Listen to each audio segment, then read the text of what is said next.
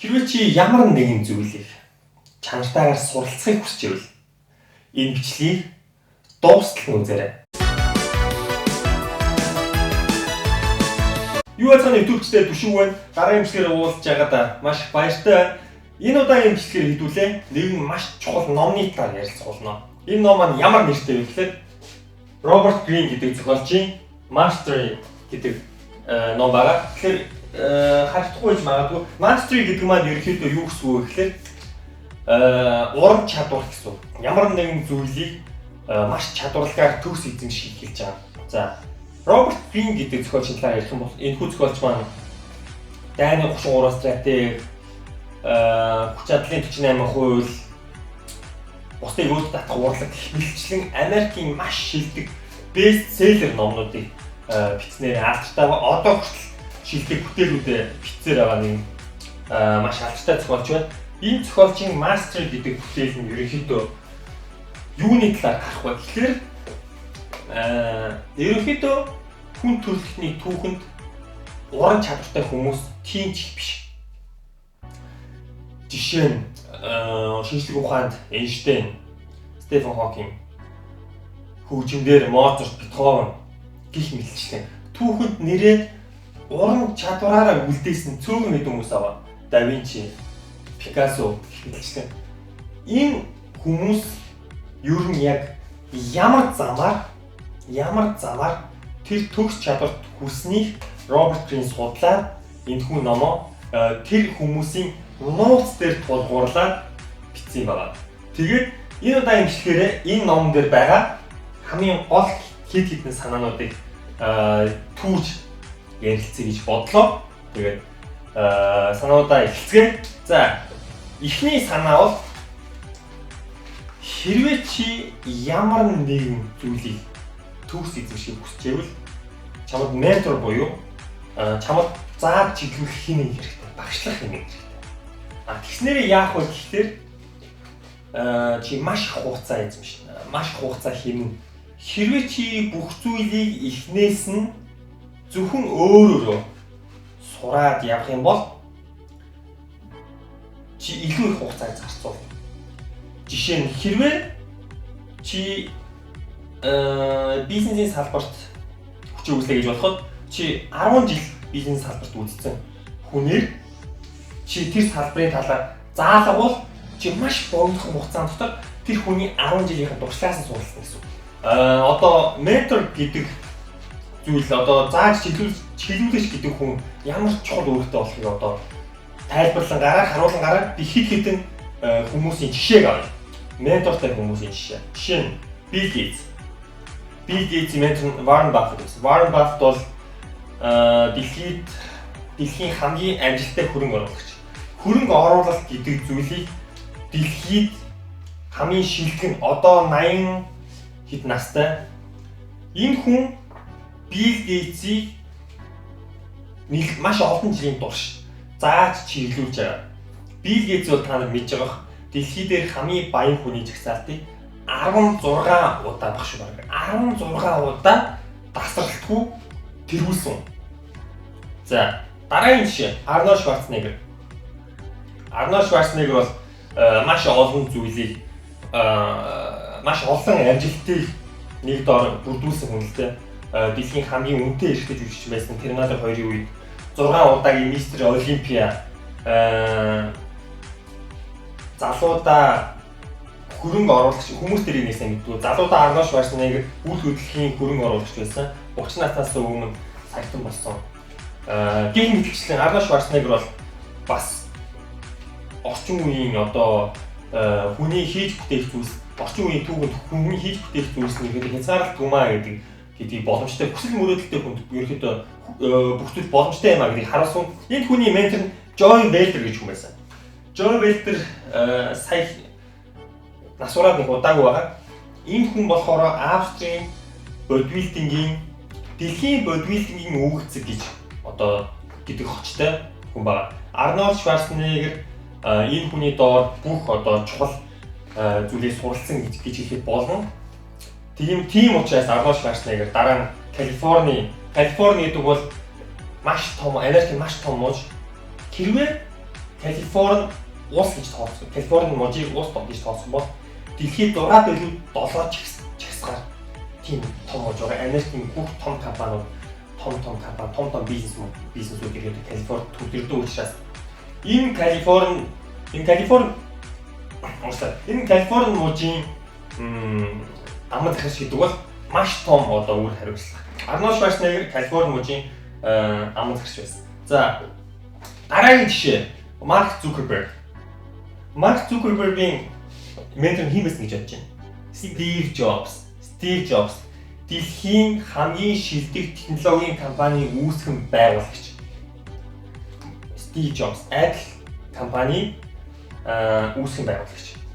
Стив Джобс, Марк Зукерберг сүүлийн маш олон жил харамсалаар нас барсан.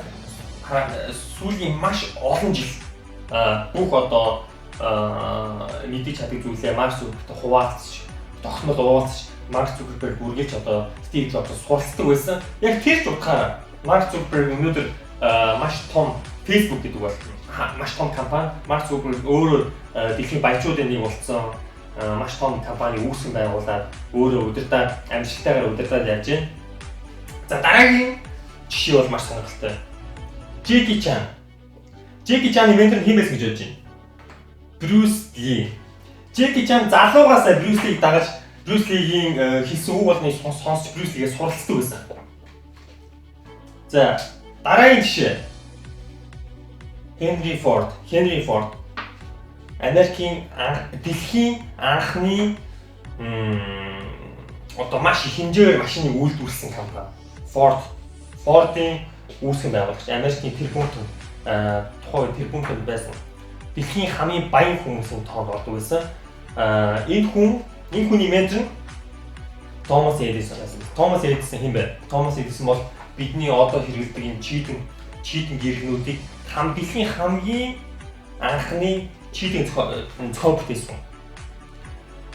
Дэлхийн хамгийн анхны дуу хураагуурыг зохион бүтээсэн. Одоо би чийдэн өдөр бүр амьдралд ашигладаг. Би дуу хураагуурыг өдөр бүр амьдралд ашигладаг. Дэлхийн хамгийн анхны фото аппаратыг зохион бүтээсэн гэж би санаж байна.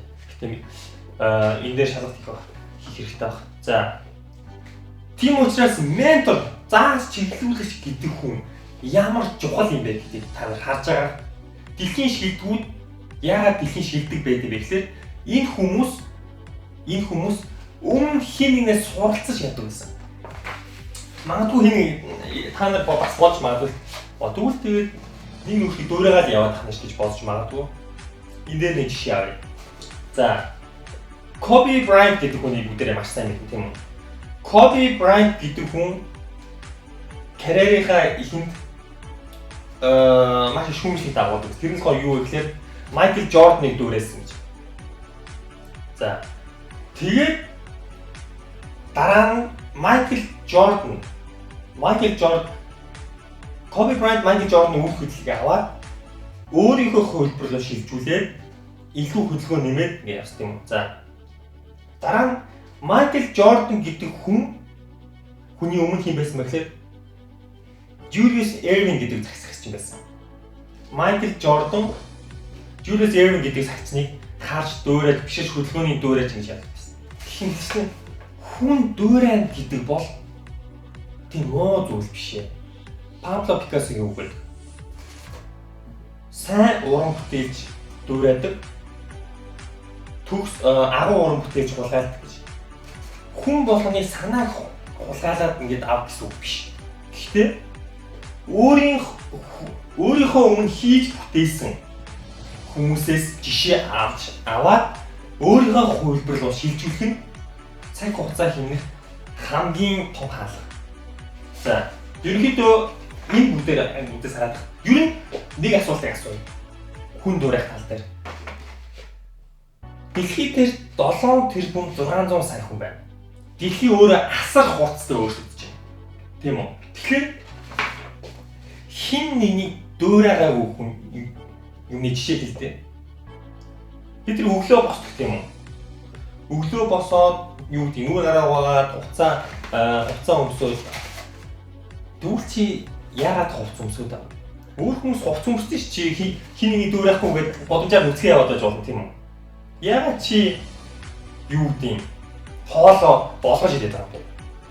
Би дэлхийн хүмүүсээс өөр би хинийч дөөр яахгүй гэдэг. Чи хоолоо түүхээр маха түүхээр ингээд идэл те тэгэж болно шүү. Чи яагаад YouTube-ийн бичлэг үзээд байгаа? Хүмүүс бус хүмүүс YouTube-ийн бичлэг үзэж YouTube-аас суралцдаг учраас чи үзэж байгаа тийм үү? Тэгэхээр чи бусад хүмүүс YouTube бичлэг үздэг юм шиг би тэгж дөөр яахгүй гэх нь утгагүй хэрэг тийм үү? Тэгэхээр би нэг юм асууя. Дэлхий дээр анхаарал сонсож байгаа. Дэлхий дээр өмнө давтагдаагүй юм гэж байна уу? Хитцээ. Надад нэг жишээ хэлье. Хин ч өмнө хийж байгаа үг санаа байна. Магадгүй чи дотроо нэг бодоод би нэг гол санаа олсон гэж байна. Юу гэж? Дэлхий дээр 7 тэрбум 600 сая хүн болгон өөр өөрсдөө. Бүх бидний санаа, бүх бидний үйл өмнө хин нэг хийсэн байдаг. Чи хичнээн оргил дээр гарсан ч гэсэн хин дээр хин нэг байжлаа. Чи хин дээр хин нэг байжлаа. LeBron James жишээ авъя. Одоо цаг үеийн шилдэг зөвхөн сагсан мөнгө гэлтгүү. Яг тамирчны хүрээ шилдэг тамирчны. LeBron James 3 удаагийн аврагын богчтой тийм үү? За. Jordan Michael Jordan 6 удаагийн аврагын богчтой тийм үү? За ингэ яваад л. За Jordan тэгвэл агуу юм байна. Jordan номер 1 гэж ярих тийм үү? Тэгвэл Bill Russell Boston Celtics тоглолт үүссэн. Сагч хэдэн аврагын богчтой гэж бодож байна? 11. Юу ч хэлэх гээд байна вэ гэхээр хичнээн чи өндөрлөлт гарсан ч гэсэн тэрний дээр хин нэг байж лээ. Тийм учраас тэр өндөрлөлт байгаа хүмүүсээс суралцаад цаг хугацаагаа хэмтгэн чухал. Хүн хитрхи эрт хөгшөрч хитрхи орой ухааш гэж гэрман зүрх зүг байгаа. Хитрхи оройд ч ухаач чухал. Чи 70-80 настай, чи 80 настай хамгийн ухаантай хүн байх хүсэхгүй байгаа сте. Өөрөөсөө илүү байгаа хүмүүсээс шууд суралцаад авах хийхин ухаанаар хандсан сурах хэрэгтэй. Авал энэс авчих юм тийм ээ. Ямар ч хүн авах юм заавал байж. Тэр авах зүйлд анхаарлаа төлөвлөв. Бусад муу чанарыг хай. Авах хийхин ухаан бол энэ. Хэрвээ чи ямар нэгэн муу хүн ямар ч муу хүнтэй уулзаад тэр хүнээс ямар нэгэн сайн талыг хараад өөртөө шингээж чадчихвэл тэр бол авах хийх ухаан. Чи муу хүнтэй уулзлахад чи муу зүйлд анхаарлаа төлөвлөлөө тэр хүн муулаад ах юм бол тэр бол авах хийх ухаан биш. Авах хийх ухаан. Явсан газар болгондоо хүмүүстэй уулзах болгоно чи энэ хүмүүс авах юм юу вэ? Энэ хүнээс суралцах юм юу вэ? Энэ хүмүүс авах юм уу? Суралцах юм. Та яаж тийм тэр хүн 10 жилийнхаа карьертай 5 жилийн алдсан байж болно. Гэхдээ чи яах вэ гэхээр очоод энэ хүний 5 жил алдсан алдаанаас суралцаад өөрийнхөө 5 жилийг хиннэ гэсэн. Хамгийн гол санаа нь энэ яж байгаа. За нэгдүгээр ментор. За гол юм даа.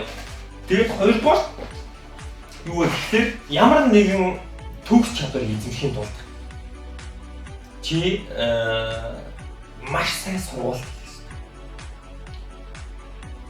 Мянган цагийн сургууль хийх хэрэгтэй. Нэг юм судлаа байна л да. Ямар нэгэн зүйлийг хүн 10,000 цаг хийсний дараа хүний тархины бүтц нь өөрчлөгддөг. Жишээ нь Kyrie Irving одоо цаг үеийн хамгийн шилдэг хотын тоглогчтой нэг. Тийм үү?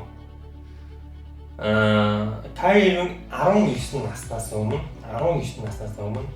10,000 цаг сагсан мөнгө хийжсэн. 10,000 цаг. Яаж тэр тэгэхээр юу гэсэн бэ гэхээр ямар нэгэн үйлсийг төгс эзэмших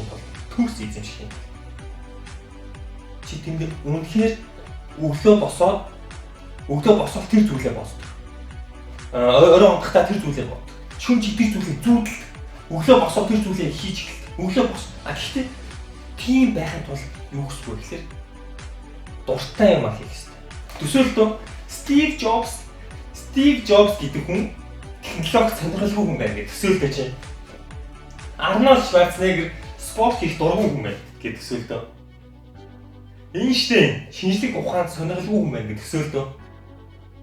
Тэгэхээр энэ зүйл боломжгүй тийм үү? Дараагийн зүйл юу вэ гэхээр ямар нэгэн зүйлийг олон мянган цагаар хичээлсэний дараа чадвар маань өөрөө зүүн суурин руу шилждэг. Өмнө ярьсан шиг тархины бүтцэн өөрчлөгдөж гэж байгаа. Ямар нэгэн зүйлийг олон мянган цагаар хичээлснээс тархины бүтц өөрчлөж. Энэ тархины бүтц нь өөрийн мэдлэгүүд дараа нь өөрийн мэдлэгүүд тэр зүйлийг хийх төрөлд. Тэгэхээр энэ болохоор өөрийн мэдлэгүү зүүн суурин ороо юм хийж эхэлдэг. За ингээд яснараа хамгийн сүүлийн зүйл нь юу вэ гэхээр олон цаг бэлтгэл хийчлээ. Олон цаг бэлтгэл хийгээд ингэ явж जैन те. Менторудаас суралцлаа. Дараагийн зүйл нь юу гэхээр чи өөрийнхөө хувилбар руу шилжүүлэх хэрэгтэй. Ямар нэгэн зүйл. Коби Jordan дөрөөс нэгсэн 100% Jordan хөдөлгөөнийг хийгээгүй. Дээрээс нэмж ям хөдөлгөөнүүд нэмж тэр яга хөгжүүлсэн. Jordan Julius Erving нэг хөдөлгөөнийг Jordan бас аваад тэндээсээ хөдөлгөөнийг хийсэн. Гэх мэтчлэн анзаарахад номдын гол нь юу вэ гэхээр хүн төрөлхтний төгс чадварын хөгжил нь яаж явагдав вэ гэхээр өмнө байсан хүмүүсээс суралцаад өөрийнхөө хөгжүүлэлтийг хийгээд тэгээд бусад хүмүүстэй зааж өгдөг. Энэ номны хамгийн гол санаа тэр. Тэгэхээр юу гэсэн үг гэхээр түүрлэх юм бол нэгдүгээр хүн ментортой байх хэрэгтэй байна. Чамайг заадаг, чиглүүлдэг, туршилтаа хийнэ байх хэрэгтэй байна. Чи ихийг сурах гэж байгаа бол чи юу гэдэг чи мэдээж гадаадаар ярьдгүй хүнээс чи ихийг сурах гэж байна. Үнэхээр ярьдаг хүнээс ихийг сурах хэрэгтэй. Үнэхээр чи булчинтай болоо гэж чи булчинтай хүнээс сурах хэрэгтэй. Юу гэдэг чи би чамд нэг асууя. Хэрвээ чи булчинтай болоо гэж бодож байгаа бол чамд хоёр сонголт байна. Эхнийх нь за юу гэдэг амар том булчингийн за төсөөлийн Харвардын булчин судлалын ангид төгссөн нэг хүн. Гэтэ булчингүй юм. Хоёрт нь ямар ч сургууль төгсөөгүй булчинтай хүн байна. Үнэхээр булчинтай. Чи булчинтай болохыг хүсэж байгаа. Чи яаснаас суралцах вэ? За би бол энэс суралцсан. Та нараас энэс суралцах тийм үү? Яг тэр шиг хамгийн хурдан цаг хугацаараа бид хурдан суралцах хэрэгтэй байна. Дээд үеэс аваад өөрийнхөө зүйлийг нэмэх тул бид аль болох хурдан дээд үеийнхнээс аваад аль болох өөрийнхөө хөгжүүлэлтийг хийх хэрэгтэй. Тэгжиж бид аль болохоор эрт хөгжин, аль болохоор эрт бид өөрсдөө хийж зүйлсийг бүтээн, аль болохоор эрт бид төрөх чадвартай болно. Дараагийн нэг зүйл нь болохоор чи тасралтгүй суралцах байх хэрэгтэй. Мөнгө, амжилт чиний суралцах хүслийг хязгаарлах байх хэрэгтэй. Үргэлж суралцах байх хэрэгтэй. Тэгвэл яг бол тэр хүнтэй очиад уулзаад тийм юм судалж, ийм асууч, ийм багтаагаа хичнээн амжилтанд хүрсэн ч гэсэн өөрийгөө шилхэн гэж битгий. Тэр бол яг номноор гараагүй. Гэхдээ яг ерөнхий цаад санаа нь өөрийгөө хүн шилхэн гэж бодохоор тэр хүний суралцах сонирхол нь дуусчихдаг. Яагаад би шилдэг юм чинь дахиж суралцаж сайжрах ёстой гэж. Яагаад би баян юм чинь яагаад би дахиж суралцах ёстой гэж. Ийм бодол үүсэж эхэлдэг учраас өөрийгөө босон гэж бодох нь хамгийн ослтой.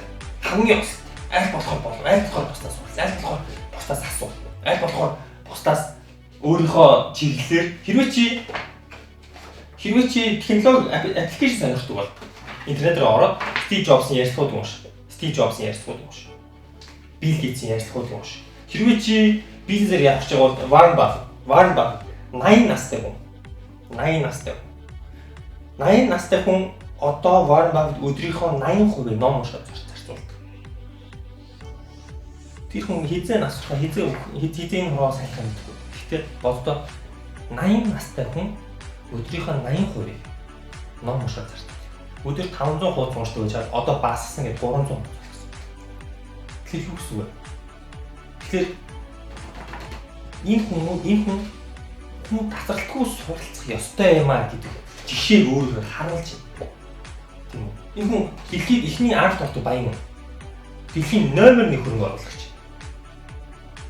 Тэгэхэд энэ хүн тасралтгүй суралцаар Тэгэхээр энэ суралцах чадвар маань нэгэнт амтагдаад гэхээр хүн тэрийг зогсоох хэцүү. За тэгэхээр миний энэ мастерын номноос авсан хамгийн гол санаанууд бол энэ санаанууд байна. Тэгээд ерөнхийдөө энэ номыг дэлгэрүүлж бусад олон гой санаануудыг уншиж мэдж авах хүсвэл доор description хэсэгт би Amazon-оос хамгийн хямдханаар худалдаж авах линкийг тавьсан байгаа.